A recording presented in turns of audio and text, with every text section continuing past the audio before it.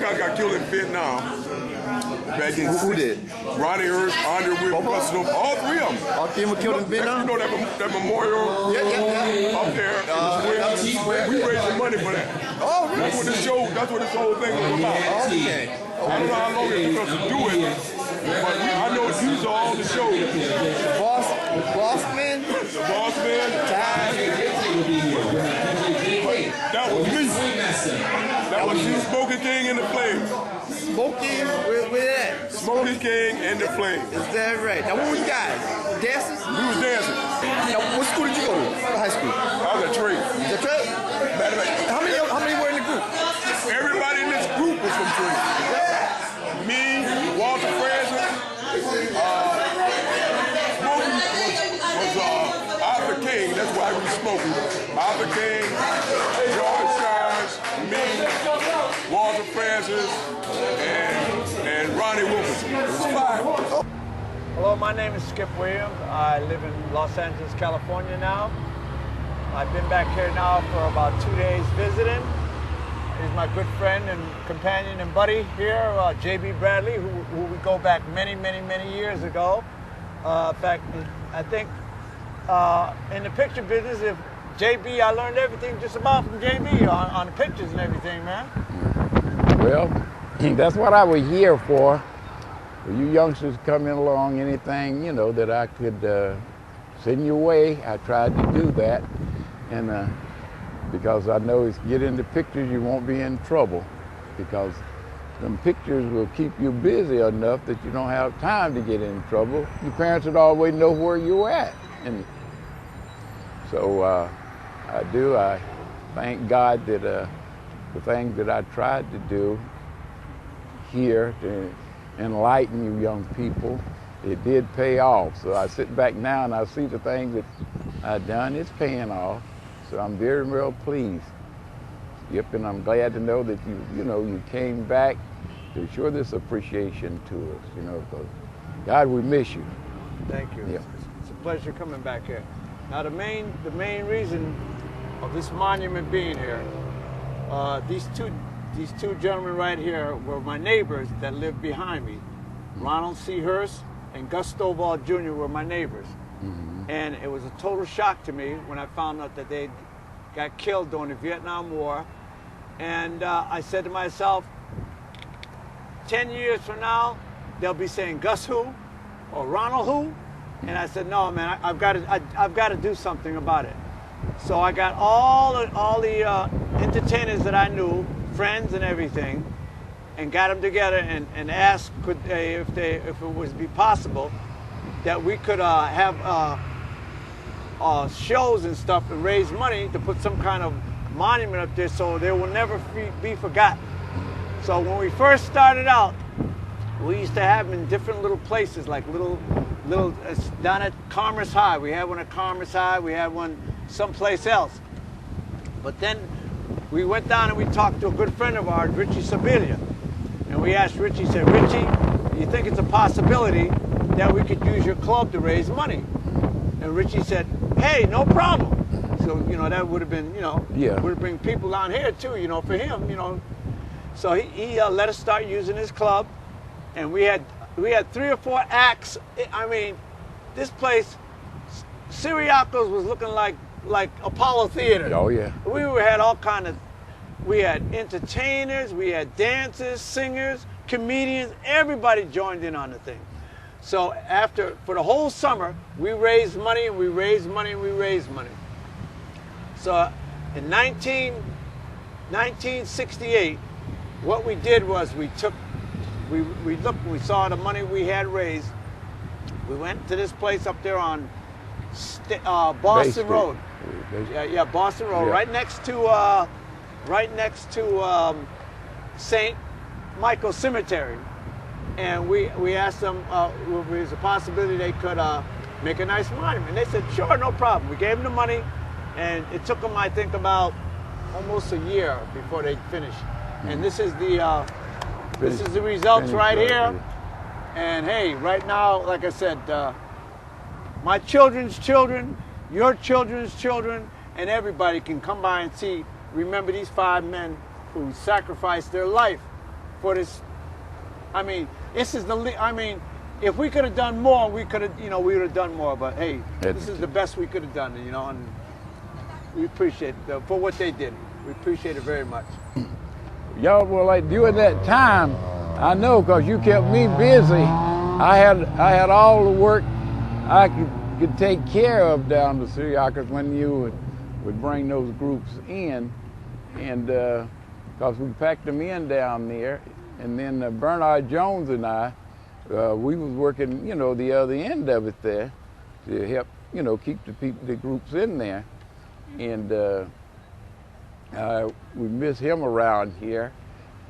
At least to be in on this. I don't know how much we could be doing at this age and time, but just to be here, I'd like for him to be here at this ceremony, but he couldn't make it. He'll be up later, though. He's down in Savannah, Georgia. He'll be up later on, so we'll do something on him. I got together with the gentleman over at the monument place, and we sat down and we decided what to put down there. We designed everything, and the only thing that he screwed up on, this name here was supposed to be on top of this name, because these two were, this was the brother. Yeah, if all you remember, years ago there was a fighter in Springfield called Red Top. Yeah. Mm-hmm. Now this is Red Top's brother, and this is Red Top's brother-in-law. So these two here are together. And now this gentleman right here, he was you probably remember him, years ago. I mean, he passed away about a few weeks ago. His name was Eddie Marshall Jr. Oh, yeah. Now this guy here, he was a friend of the mother, Mrs. Stella Marshall. Yeah. And she was the one to recommend this guy. Okay. So this guy was my neighbor, Ronald C. Hurst. This guy was my neighbor, Gus Stovall. David Owens was his brother, Red Top Owens, was a good friend of mine, and James Stark was the husband of the wife of him. Norman Ferris, I didn't know him, but he was, like I said, he was a good friend of Mrs. Marshall. The Eddie Marshall, I did pictures of his father, then Eddie Jr. We did a memorial for him, 3 weeks ago. And I did pictures of him and his up and coming before he left here. And I think he ended up out in San Francisco. San Francisco, yeah. And he made quite a name for himself. Because I used to go down and visit him every so often up in San Francisco. And I think you and I together are the only men that still have history in Springfield. Yeah, well, I did my best. Yeah, you did a good job. Yeah, you did a JB. Because every now and then, JB did the original Chat magazine. Every now and then somebody will pop up with I got a Chat magazine here. And these are people that oh God, left here years ago, became big time stars. Yeah. JB knew him when they was playing down a famous door, Oh yeah. JB knew him. Oh yeah, well we brought all these people that had made it big through Springfield during that time, during the late 50s, like Sam Cooke and Fats Domino and Lola Falana, they all came right through here on their way up. Count Basie, we had Tina Turner, we had her here. I mean, you name them, we had them here. I got pictures, to showing. One day, I hope to get young people will dig them up and show them to the people, let them know that this was here. And James Brown lived right here over on Union Street. And he worked out of Springfield from here. Bernard Jones and I carried him to the Apollo, and right from Springfield. So everybody mostly that came through here that made it big came through Springfield. And I hope that they'll be able to dig up all this stuff and let the younger people know about all these stars like Michael Jackson. We had him here, So nobody wasn't too big for Springfield. So at least they had to come get a start through Springfield. And from out of Springfield, they went on. Teddy Pendergrass lived here too, and I know he had a lot of fans. So just name them. If they asked any of them about somebody being here, they can dig them up for them.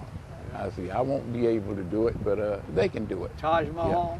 Yeah, oh yeah, Taj Mahal. I lived with Taj Mahal when I first came to Springfield on Quincy Street. I'll be darned. As a child, I got pictures of them playing with my children out in the yard in the dirt. See, this is a stomping ground, a stop-off ground rather, for all those entertainers. Oh yeah, right through Springfield. And I hope that they'll get it all together, until they can lay it right out to people. I've made it for them, so now they get it together and lay it out for them. So, 'cause I've had my day. I work with groups. I work with groups out of Motown. I had a group out of Motown called the Originals. We had a song years ago called Baby I'm For Real and the Bells. And we travel all over the world. We travel everywhere. But like I said, it's nothing like coming back to your home where you were born and your friends. This is it right here, man. And right now, this is one of my dearest friends right here, Mr. J.B. Bradley. It's been a pleasure and an honor knowing this man, really. It's been a true honor for me to be associated with you, Mr. Bradley. We only been together for a few months or so, but man, it's almost like, I got a new father now, man. Yeah. And, number two, JB number two, we're going to definitely tell the story, the history of all your accomplishments. Yeah, well, your father and I, before even you were born, we were out here trying to do it. It's too bad that he can't be here standing beside me with it. Right. Because we were looking for things like this to happen, which looked pretty impossible back in those days. But thank God I stayed around here long to see it start anyway. So you young fellas got to tear it on. And we will. Okay. Promise. All right. My brother. And Skip, it's been a true honor to meet you. Thank you. Heard so much about you, all your accomplishments as one of the greatest promoters in the city, and such a good friend that we still have friends to this day. We had a wonderful time yesterday out at the Corral. restaurant, and people showed up, and the stories that were told, and stories are yet to be told. It's a great pleasure. In a couple of months that I've known Tony Bass, it seems like I've known this guy all my life. Right. All my life. Yes. And like I said, I couldn't meet a better gentleman than you.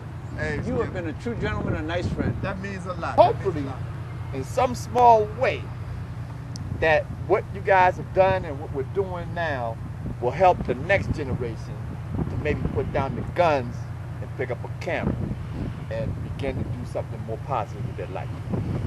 And I want to thank you, gentlemen, once again. Okay. All right. Well, without God, we wouldn't be here. Got that right. Oh, that's right. Amen. It's my good friend, Mr. J.B. Bradley, and my good friend, Skip Williams. It's been a pleasure, and we look forward to talking to you guys again sometime in the near future. Oh, you know it's going to be. yeah. Now that I met you, I think it's going to be possible.